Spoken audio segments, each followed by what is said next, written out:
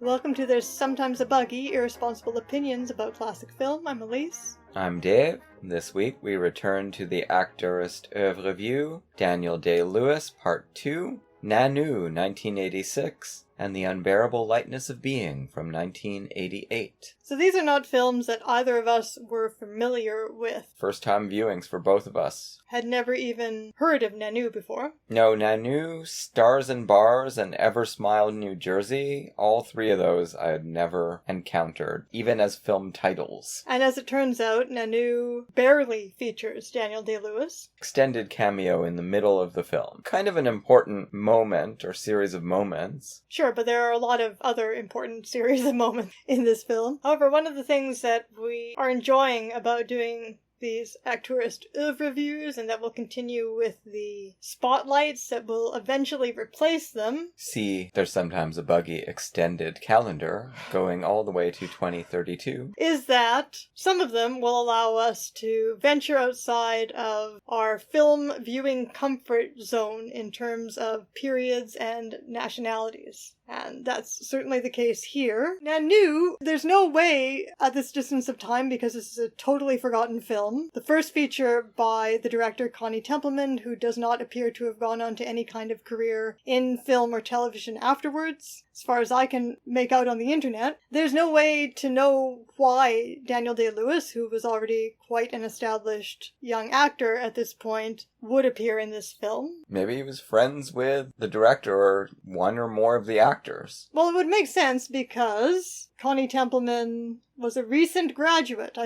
We found this on a couple of places on the internet. I found it on a review from 1989 by Jonathan Rosenbaum. Templeman was a recent graduate of London's National Film and Television School. One of those things that helps to focus our attention on the similarities between this film and The Souvenir, which we discussed not as a standalone episode, but we did talk about it when we saw it in the cinema. Yeah, Joanna Hogg's The Souvenir, and we recently mentioned it again. What was the film we were comparing it to again? Oh, Carol, for the Christmas episode. But there are many more comparisons to this film, including the fact that these are about relationships that are set and probably actually autobiographically occurred in the 1970s. Feels like this is an autobiographical film, but there's no statement on that. There is no statement on that, unlike all of the interviews Joanna Hogg has given about The Souvenir. Who knows, maybe Conny Templeman was making a movie about Joanna Hogg's experiences. On the BFI listing of her films, this is the only one where she's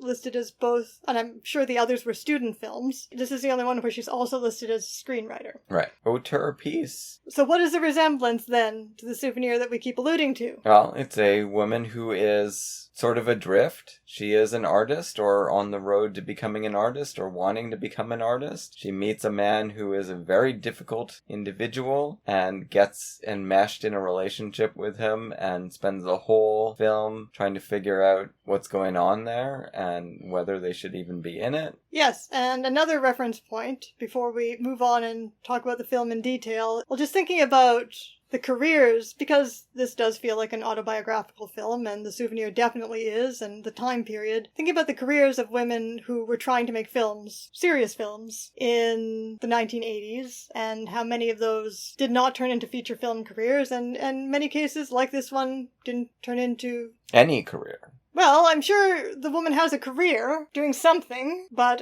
not the career she studied for as far as we can make out on the internet. I really enjoyed this movie, and I think she deserved to have a lot more chances than this. Quite a shame. I found a podcast episode some time ago interviewing Martha Coolidge, the director of Valley Girl, a film that did get enough attention that she made some more features and had a television directing career, but wasn't a spectacular career. She seems to have done better than most women filmmakers at this time. Joanna Hogg herself has by now done very well, but it took her a very long time, many decades, to start regularly making feature films. Yeah, I mean, how many female directors from that period got to make movies at will, the way someone like Martin Scorsese does, right? Like Jane Campion, I guess. Nora Ephron. She's making the movies she wants to make, for sure. Other than that, you have other successful female directors, but a lot of them are directing movies that they're not particularly interested in doing. Like Amy Heckerling getting stuck doing the Look Who's Talking movies. She wrote those, didn't she? Maybe that is exactly what she wanted to do with her career. I don't think so, because the movies that she really cared about are pretty different from those. Okay, sure, but you can say that about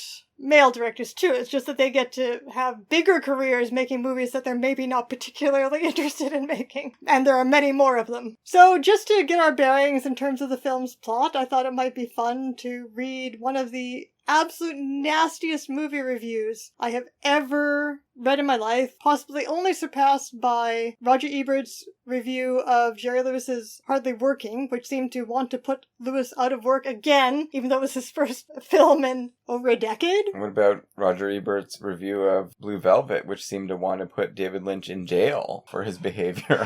Yeah, those are the two crowning glories of Roger Ebert's dark side.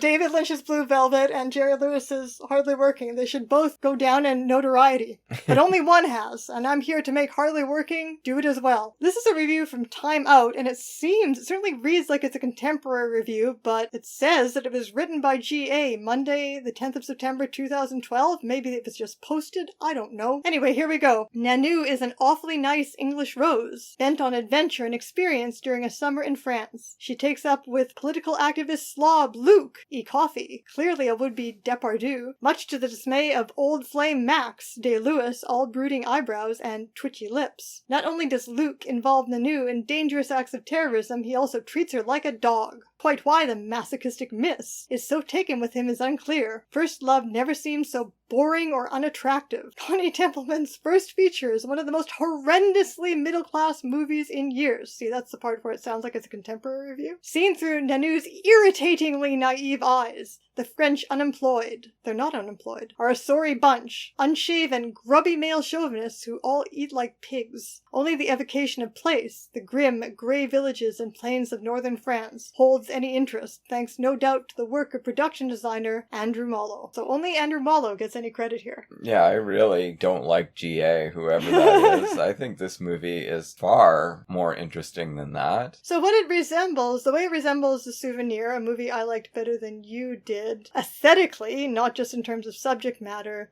is the way it gives a sense, although, of course, in the case of The Souvenir, it's looking back decades later, but gives a sense of this young woman as an observer, as someone who is passively/impassively immersing herself in a situation somewhat beyond her understanding and completely beyond her control. Even though she has not found her direction as an artist yet, you can tell that she is an artist simply by the fact of her interest and curiosity in this dangerous situation. Yeah, she's displaying some negative capability there for sure. The female artist, the young female artist as negative capability. This film, it is retrospective, as you say. It was dealing with events in the 70s, and the movie came out in 1986, so there's some time that it seems to have elapsed between the experiences and the aesthetic recreation, but less time. The character, too, seems to be much more a conscious participant in what is going on. And you seem to prefer that in your protagonist. That seemed to be one of your objections to The Souvenir, although I like respect it, fine, and I just attribute it to retrospective recreation of your younger self as an automaton. As a completely naive automaton. Right, as someone who has no inside because you can't see it anymore. You're looking back, going over the steps that you took rather than what you were thinking. Yeah, maybe. I don't know, I suppose that's one way you could put it. What the character is thinking in that movie is, again, represented through what the movie itself is and what the camera is observing, rather than the way the character is acting in the movie. Yeah, it's true. I'm not saying that I prefer one or the other necessarily, but there is a difference there. This character, you are inside her head most of the time, and you can feel that even though the situation she's in does not seem great, it's really not a victim narrative. She is there because she wants to be there every step of the way. Again, I never interpreted the Souvenir as a victim narrative, and certainly Joanna Hogg didn't. No, but she does seem a lot less in control of things in that narrative, and more under the thumb of the person that she is dealing with. Or under the spell, let's say, because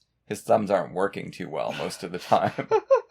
Here, I don't feel like we ever get a sense that she's mesmerized by Luc. She is fascinated by him, which is a very different thing. Okay, sure. She's willing to let certain things happen because she's still interested in the whole experience. She is never in a position where you want to throw her a lifeline because she's there on her own power. The character in the Souvenir, Julie, she is very interested in the question of how does Anthony see me? And that is his power over her. And you can tell by the way this movie ends that that's a question that is haunting Nanou as well. And if there is a reason she stays, it is to find out if this man really loves her. But we also see in the movie, and this is where it goes beyond the Souvenir, and how you can see more in this movie, I think, the sensibility of an artist emerging, is that you can see how her relationship with this man is taking her outside of the world that she grew up on, the world represented by her parents and very handily by Daniel Day-Lewis's presence. Yes, he represents the cultured aesthetic life, university, artistic circles. Maybe their families are in publishing. There will be avenues to explore your ideas and develop as an artist without struggling all that much. How she is being completely taken outside of this world by this relationship. You can see how it's not just him, and maybe not him at all, who fascinates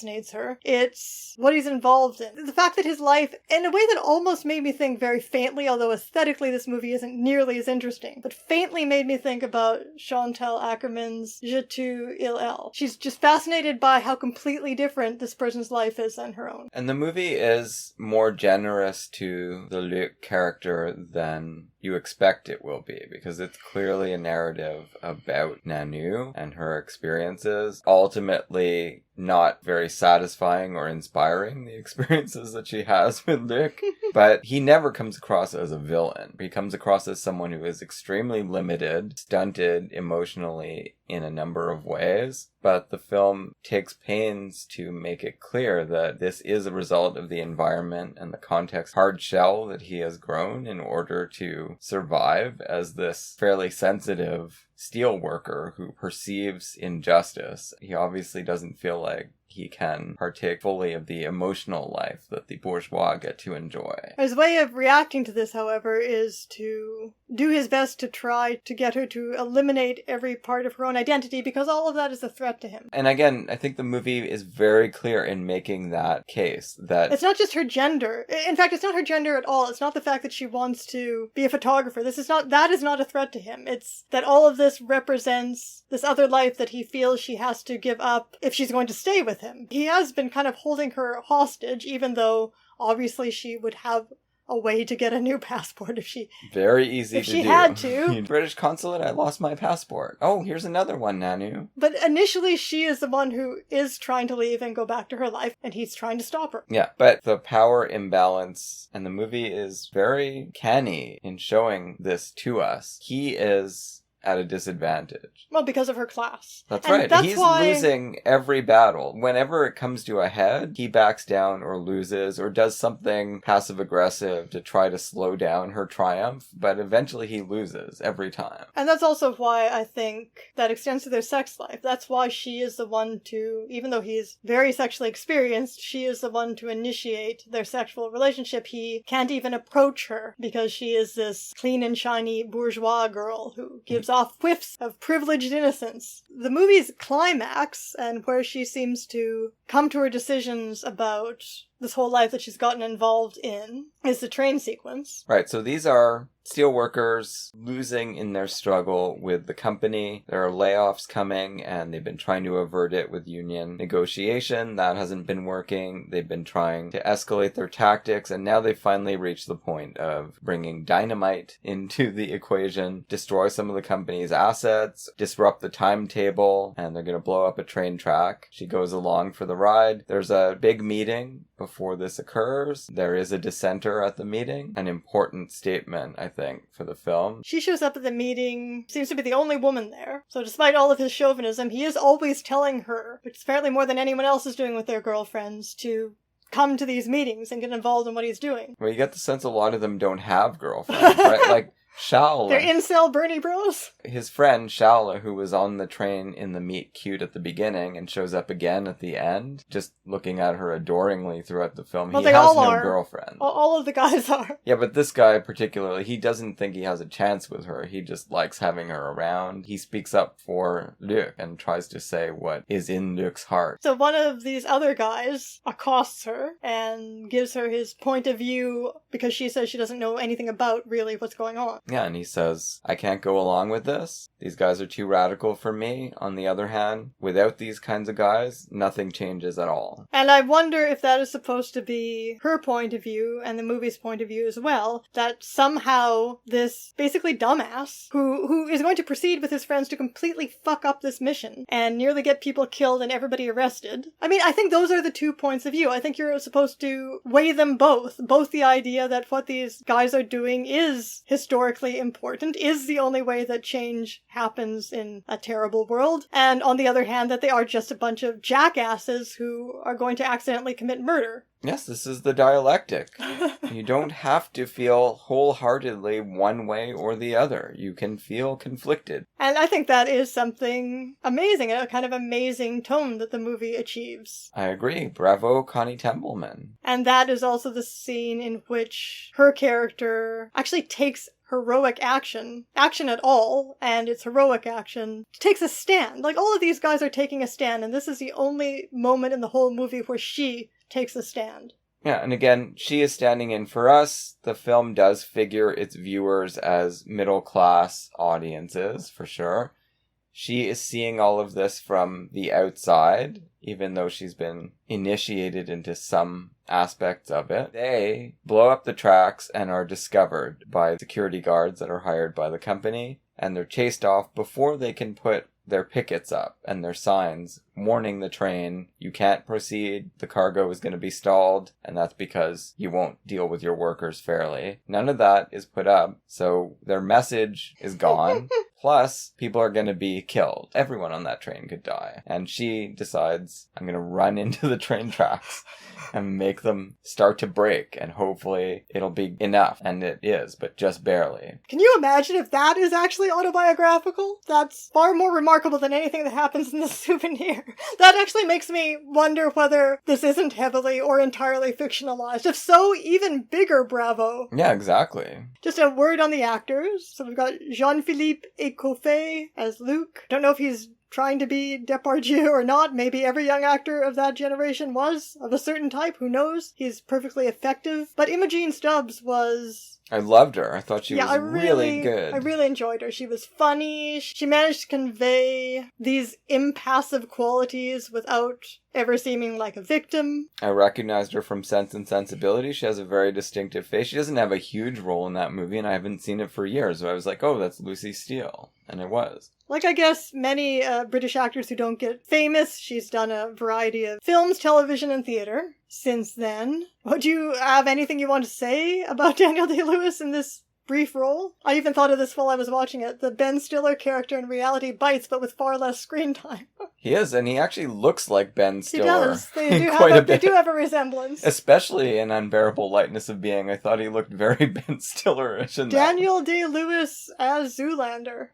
The ultimate transformation. So in this film, he does represent something like what he represents in A Room with a View. Pointer towards the aesthetic life and maybe away from the world of intersubjectivity and strife. Well, this movie does a better job than A Room with a View at representing intersubjective strife. Yeah, of course it does. Now, he's also not nearly as alien to all other human beings as he is. I did feel, though, that this character, when he is sitting there about to precipitate a bad argument, and here's a point where Nanou seems very clueless, because she keeps telling Max, Day-Lewis's character, that Luke won't mind him being there and kissing her and hovering over her like her boyfriend. And obviously he really minds it, but when Max is sitting there in front of them praising her photographs, I feel like this is a bullshit move of manipulation that's only purpose is to try to steer her back into his kind of life, the kind of life that is expected for her, because all of the rest of this is just as threatening to their identity, to his identity, as they are to Luke's. Yeah, okay, but here again you get the difference between a movie conceived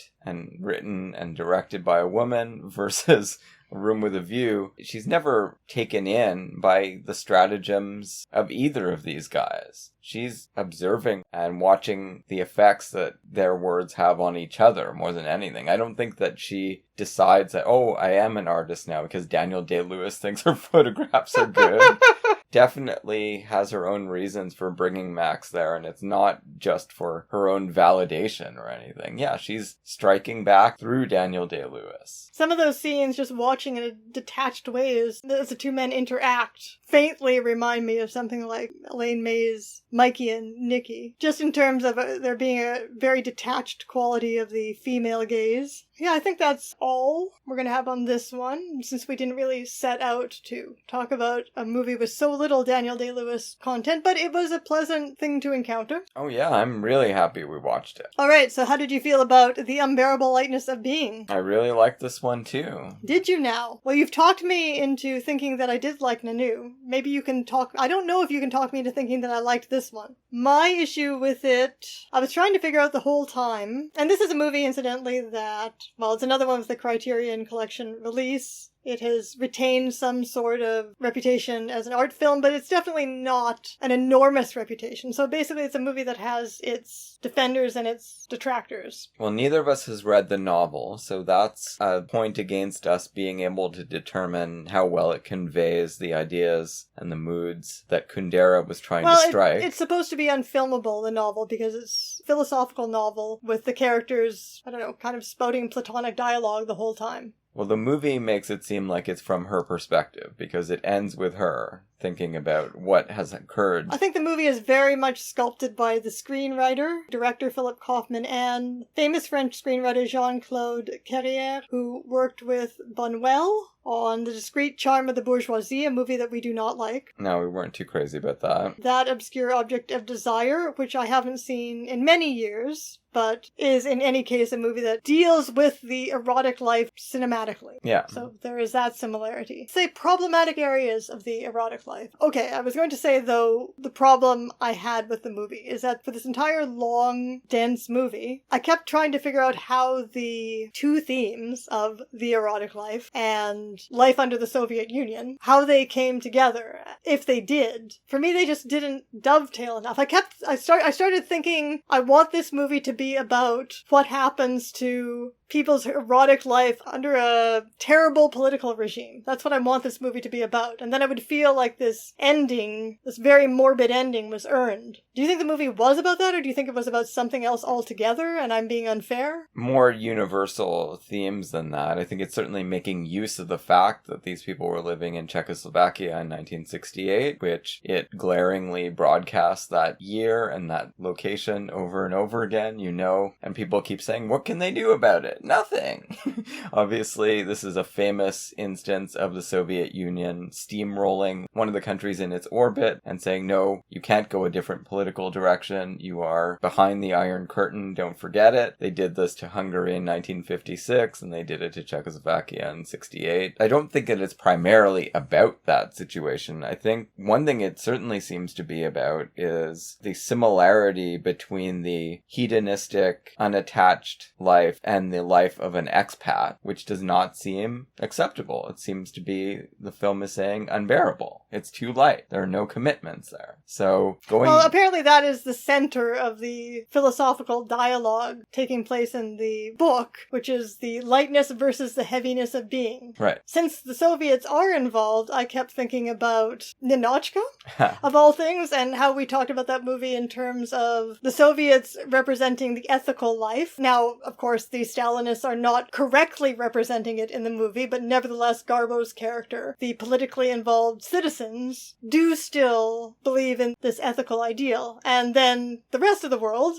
the capitalist world, representing the aesthetic life, the life of carefree pleasure if you have enough money to enjoy it. Yeah, to get it. To make use of it. Yeah. Navigate it. Here, a few different things we have to bring into this. This is not the Soviet Union. They're occupied by Soviet troops, but it's Czechoslovakia. So here the Soviets don't represent anything except for occupiers. Exactly. Within the Soviet Union, there's room for conversation about what... Sure, but you do get a lot of Soviet talk, like at the wedding, and all this talk about how we're being so good to you, and how you have to take life seriously, and how this country is going to pieces because nobody can take anything seriously anymore. Maybe, but I do feel like, look, this movie, it's definitely not saying that socialism as it existed in Czechoslovakia in 1968, it's basically saying, no, this is a failed system, and it's being upheld at the point of a gun by a foreign power that's occupying us, so we're all agreed on that, and that certainly helped it to become a big success during the Cold War context in the West, I'm sure. The movie, and the book, I guess. The book, too. Yeah. It's also saying that the answers are not outside of Czechoslovakia either, or outside of the context you were born into. Continuing to leave is not going to get you much of anything either in terms of actual fulfillment. And so Tomas represents kind of both of those things at a certain point, because he is living this ultra carefree life. He's a doctor. He's a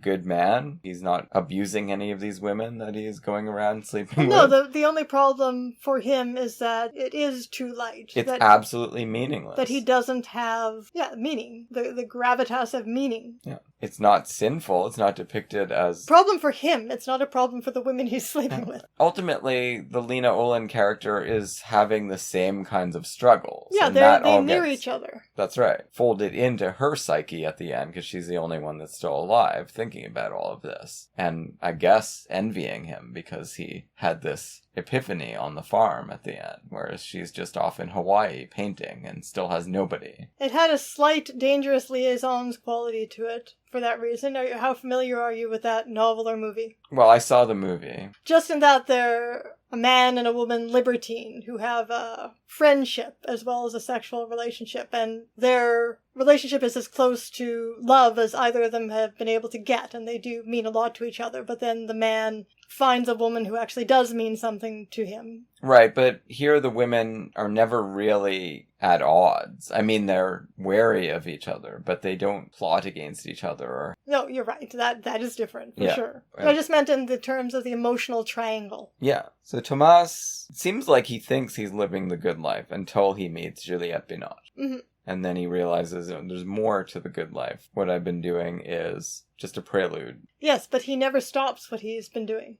No, because he enjoys it. Ever. He continues to do it because he enjoys it. That was not false enjoyment, but it wasn't enough for him. I don't know if he continues to do it because he enjoys it, because that doesn't make any sense, because he knows he is literally torturing the woman he loves, because she makes that very clear over and over again. You wouldn't just continue to do something that you enjoy knowing it's torturing the person you love. You'd either leave them and do it, or you'd stop doing it. So he is doing it as a compulsion. That's definitely part of it. I guess part of exploring the theme of eroticism in the movie would be to ask what this compulsion is. But it is true that the movie doesn't present it as a male thing, because we have Lena Olin's character as well. She's exactly the same in that respect. I don't know if she sleeps with men compulsively, though. She may just not be able to make a commitment to a serious person, which he actually manages to do. But he can't stop sleeping with other women. That is the moment that each of them comes to, and he makes a totally different decision from her, right? Because they're never going to seek this out on their own. Lena Olin just gets involved with this professor guy. She likes the fact that he's married. He's got these hang-ups where he won't even sleep with her in his own home city.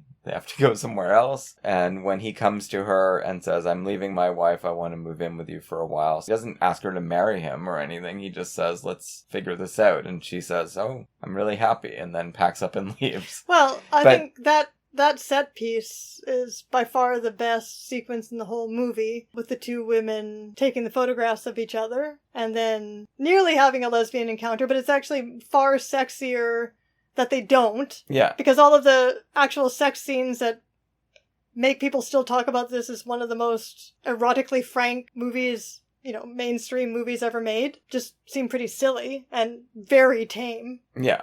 But their encounter, or non-encounter, or emotional encounter is actually sexy because nothing happens and because it's so strangely charged in terms of what they mean to each other. Yeah, exactly. Because Lena Olin is like, this is the woman that gave meaning to Daniel Day-Lewis's life. My best friend. Yeah, and then... maybe she can give meaning to my life too. And then Juliette Binoche is, similarly, this is the representative of all of these other women's bodies that my husband, the man I worship, cannot stop compulsively collecting. Yes. Right? So can I sort of become him? Can I occupy his position and eliminate my jealousy by seeing whatever he sees in her? Yeah, it's really interesting. But they're smart enough to know that there is no literal way for them to do that. Yeah, so they laugh. And then all of that goes into this scene with the professor showing up and saying he's left his wife. And very good performance from whoever the hell that is. Derek DeLint. Because he's just like a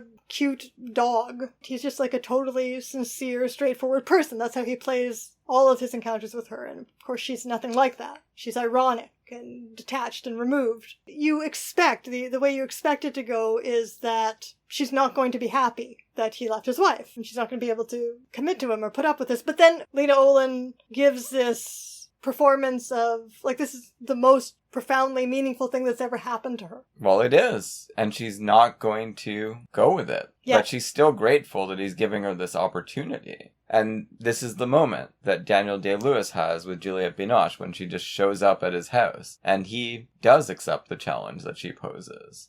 And when she asks him to marry her, he says yes. Oh, no, he says no. He says no about 20 times. Right, but they get married. Yes.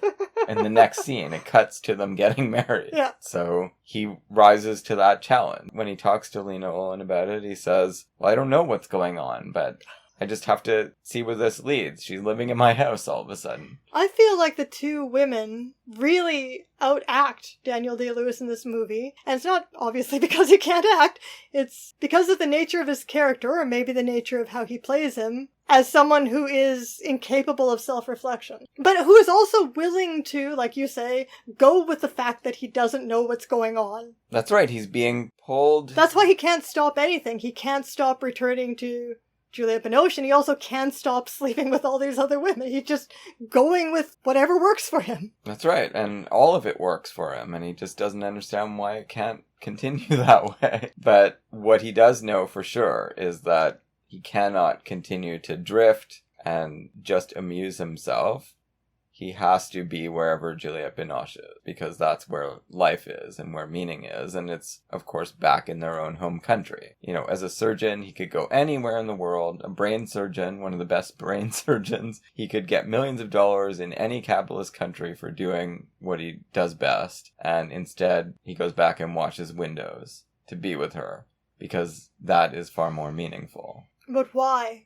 Like, what do you think of that theme of the expat? I think it's really interesting, and it's obviously written by Milan Kundera, who was living in the Czech Republic. I don't know if he left or when he left, or did he go back? What's that all about? He's clearly thought about it a lot and is saying that you cannot be an authentic self outside of your own culture. That seems very Heideggerian. I'm not sure if I agree with that, but in the terms presented by the film, it all works very well as a metaphor and as a reflection of the other things it's talking about. And Lena Olin understands this too, even though she continues to run away. She says, when she has that confrontation where she meets France, she tells these people who are just talking big about what has to be done about Czechoslovakia and says, well, why don't you go back then and fight for these things you say that you stand for? And they're not doing it, and neither is she. And she's upset at herself for not doing it, but on the other hand, she doesn't want to do it, and she's not going to. And of course, the other major ethical decision made by Tomás is to not retract his little Oedipus editorial, even though he's not even a writer. No, exactly. He just has a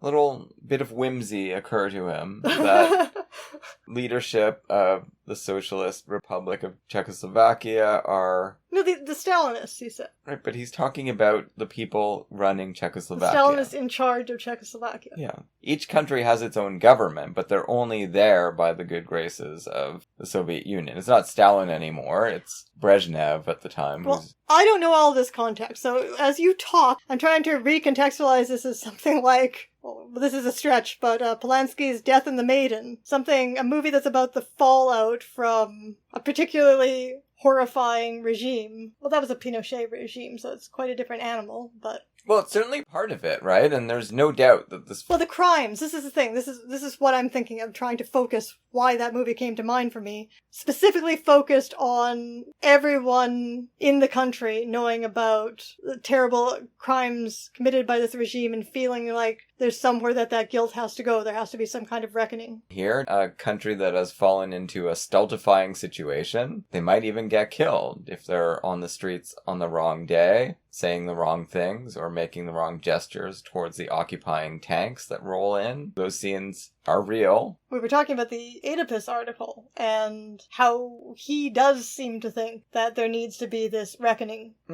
No, I mean, sure, but he says over and over again, I don't actually care about politics, and I believe him. But then why does he take this stand? Because it's a matter of personal integrity, and he actually has some now, because of Juliette Binoche. And that is stated pretty clearly, that she is proud of him because he is not retracting his statement, because he actually has a sense of self now, and he's grounded in a way that he never had been before. And it would be a violation for him to retract these statements that he didn't even care that much about, but he did think them, and now he has to stand by them. He stands by them to the degree that his career does appear to be over. His career is over, yeah, and there's no point. It's a hollow, empty gesture. It's a question of personal integrity. That's all it is, and that's what this movie is about. This is not really a political film in any way. Well, I suppose you could talk about how the personal integrity of the subject is the most important political element that there is. Well, it's an important element of art. I'm not sure if it's all that important in political discourse. You can make all kinds of different political arrangements without worrying too much about how integrated your citizens are. You might want to foster that, but there are a lot of things that could lead people to feel alienated and divided against themselves. Important political element for the bourgeois subject. Yes, okay. The unbearable lightness of being bourgeois.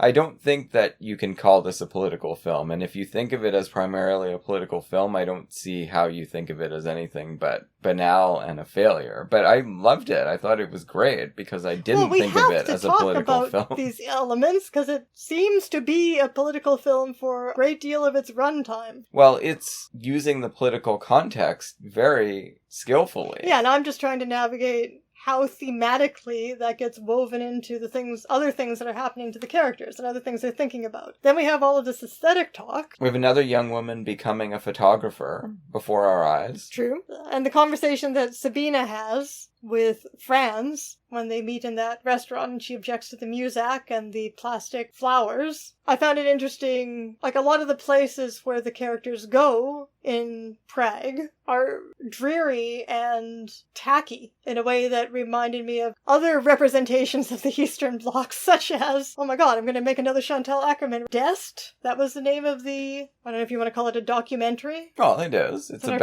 artistic documentary. Yeah, it's an impressionistic documentary of her journey to the Soviet Union. And it's just also fucking aesthetically depressing. It's like a hell world. Of course, so is America aesthetically depressing. Capitalism is also very aesthetically depressing. It is, yeah. So the film is not cheerleading for the West either. It's kind of saying, no, that's not where satisfaction lies. Not in the culture generated by Stalinism and not in the culture generated by America and its tendrils. But if these characters aren't political, then how do you think their alternative lives as aesthetes are working out for them? And I think we have to, they really are, in a very novelistic way, we really do get 3 centers of consciousness. Yes. Or at least 3 attempts to figure out how to live in the world in a way that makes the Anna Karenina reference seem very pointed, because there you have, well, primarily 2, Anna's way of living in the world versus Levin's. They're both finding different ways to try to become untethered from social conventions, but Levin finally finds respite in a version of an ethical life, in the heaviness, right? And Anna floats off into Never Never Land by trying to find solace in aesthetic life. A life that is an endless intensity, in her case, generated by romance. So I feel like it's thinking along Tolstoyan lines in the way it's depicting these 3 characters. And so you do have Juliette Binoche, Teresa, for whom everything is heavy. Sex is heavy. She can't take sex lightly because you see the way she orgasms. Like, even at the physical level, this is just too much of a big deal for her to ever treat it lightly. I don't know if she's having better sex than the other characters, but she's having a completely different kind of sex that can't fit into their world. And you have Sabina, who chooses the aesthetic route completely and dedicates herself to that. Always has to be having sex in a mirror. Right, and I mean, this is another subject that weaves its way through the movie, which is women's bodies. What do women's bodies mean? And she obviously just sees herself as desire for her is being desired. And Daniel Day-Lewis just happens to have just the right leer. And he really does in this movie. Just that smile that comes over his face when he sees her. Whereas Teresa is a desirer. Yeah. A lover, and also someone who feels not only emotions, but as I was saying, sexual feelings very intensely. To the degree that she's not very sexy when she's having sex. She seems kind of like a maniac. That first scene with Daniel Day-Lewis, well, not the first scene, but when she comes to see him and he starts to go into his seducer act and she just gets a full Nelson on him. And knocks him over and is grunting.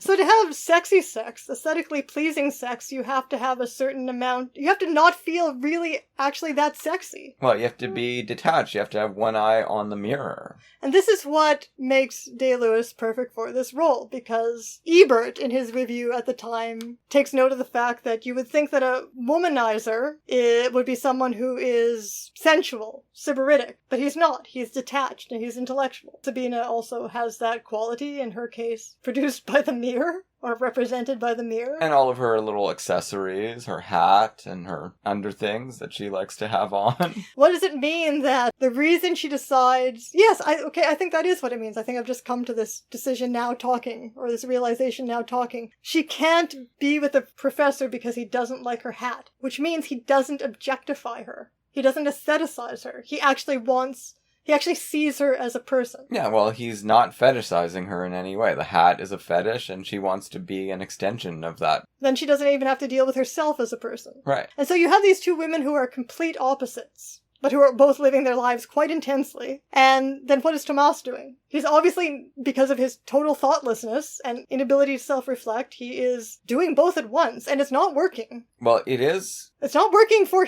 either of the women. It's particularly not working for Teresa. That's right, but it is working for him, as long as they're willing to put up with it. When that's not possible anymore, he does reach a new stage of growth and a new stage of happiness, actually, and that's certainly what the end is supposed to be about. And then they die. That's right, and maybe there is nowhere else. You don't want to keep living after you reach that kind of... But this is what I mean, like, saying it's not a political movie, but you have to assume that the horror of living in this occupied country is what produces that ending. Well, there's that. However, it doesn't seem that bad.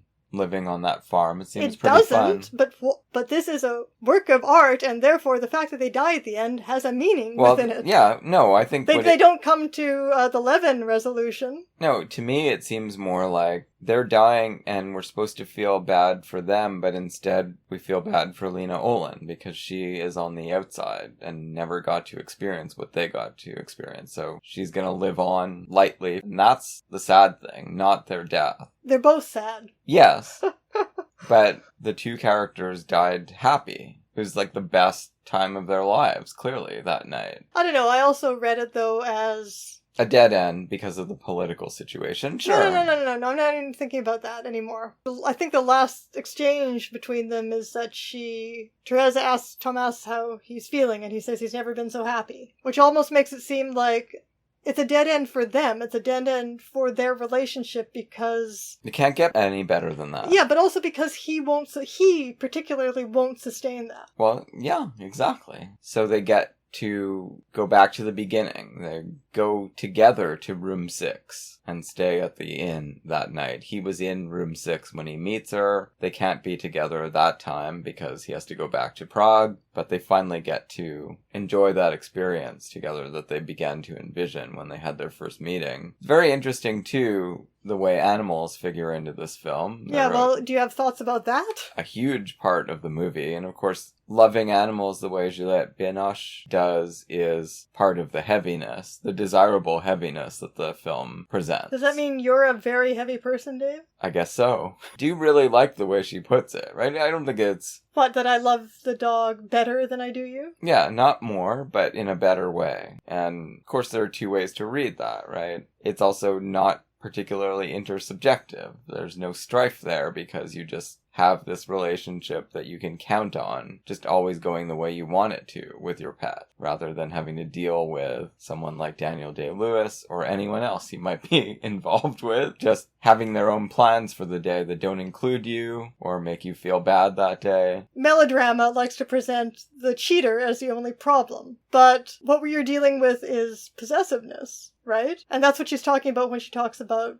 why her love for the dog is better. Yeah, she's not possessive. She doesn't mind if other people play with the dog, or if the dog frolics around with the pig. Is there anything noble about wanting... And why? Why do we even do this? Why do we put so much weight on having someone's exclusive sexual attention? It's bizarre. There's no justification for it. But I mean, polygamy clearly doesn't overcome that. Maybe for particular people in particular situations, but generally speaking, does not. No. And you won't necessarily fall in love with a person who is happy to have a consensual polygamous relationship with you, right? That might not be the person you fall in love with. The film definitely presents the heavy love of Juliette Binoche as preferable, but maybe... I don't feel it presents it as she has it right. I think it presents it as she is experiencing life more intensely than they are. But that doesn't mean she is ethically in the right. Well, no, it's not about ethics. It's about what is most satisfying to a person. But is it most satisfying to her? That's thrown into question. Yeah, well, she suffers in a way that they don't.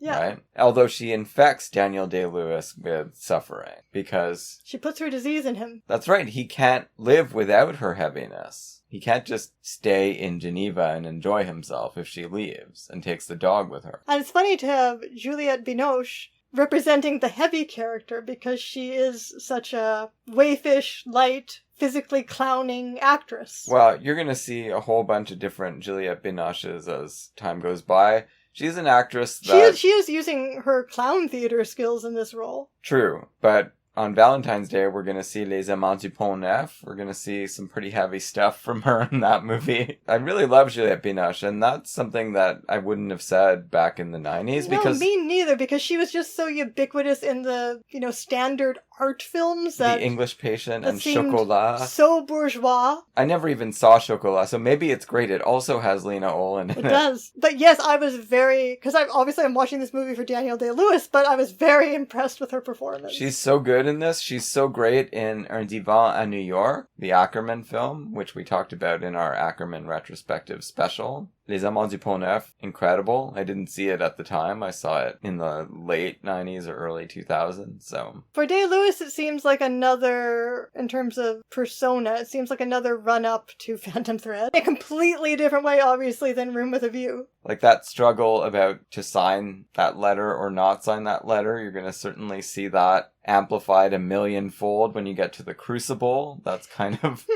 the whole thing. Is he going to cave or not to... But what special qualities do you think he brings to that? I was reflecting during those that scenes, stubbornness. I was reflecting on, from the beginning, even in My Beautiful Andrette, one of his qualities as a person, as a personality, is a willingness to show that he considers himself superior to the person he's interacting with. And in a way that's very fun to watch. It's not obnoxious. It's fun. No, it's only obnoxious to the person who is you identify suffering with that withering glare.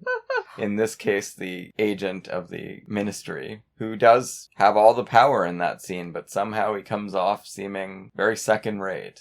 And you'll see it, too, even in The Name of the Father. You know, it's another movie that is about a growing sense of integrity in a character. So, definitely he builds on you this. see that in My Beautiful Andrette. That's kind of the arc of that character. Yeah, that's right. Until he becomes, magically, the moral center of the movie. I would consider this an essential Day-Lewis film, even though I probably agree that he is the third most impressive actor in the film.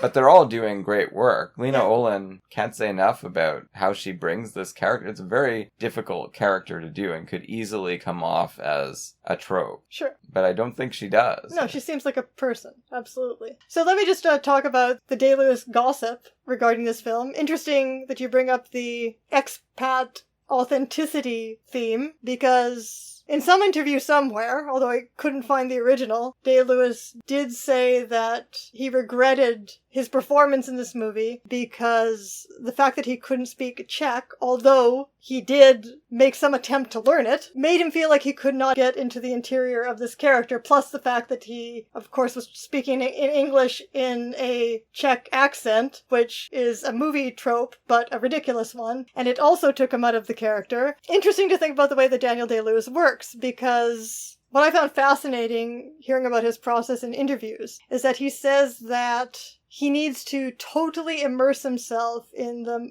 minutiae of the character's milieu, the character's context, in order to free his imagination, in order to give himself a basis to let his imagination go wild. Because he doesn't necessarily produce, obviously, realistic effects by this deep immersion in real details. No, it's still a very stylized performance. It's not always a stylized performance from him, but he can go further in terms of stylization than almost any actor of recent decades, with the exception of Johnny Depp, who, however, gives the same stylized performance in literally every single movie. And another thing he says in interviews is that another reason he immerses himself so totally in the character and the character's historical, national, and whatever else have you context, is that he always feels an extreme self-consciousness in the acting process, because he feels like acting is a bit of a ridiculous thing to be doing, right? And that, I guess, is heightened in the case of doing something like talking English in a Czech accent for no reason. But it's just funny to think about him being worried about seeming ridiculous in a part when often his endgame seems to be to seem ridiculous in a part. I guess that's going to do it for episode 2 of the Daniel Day-Lewis Acteurist Oeuvre-view. Next week, Elise, we're headed back to the Hollywood studios year by year. RKO 1938,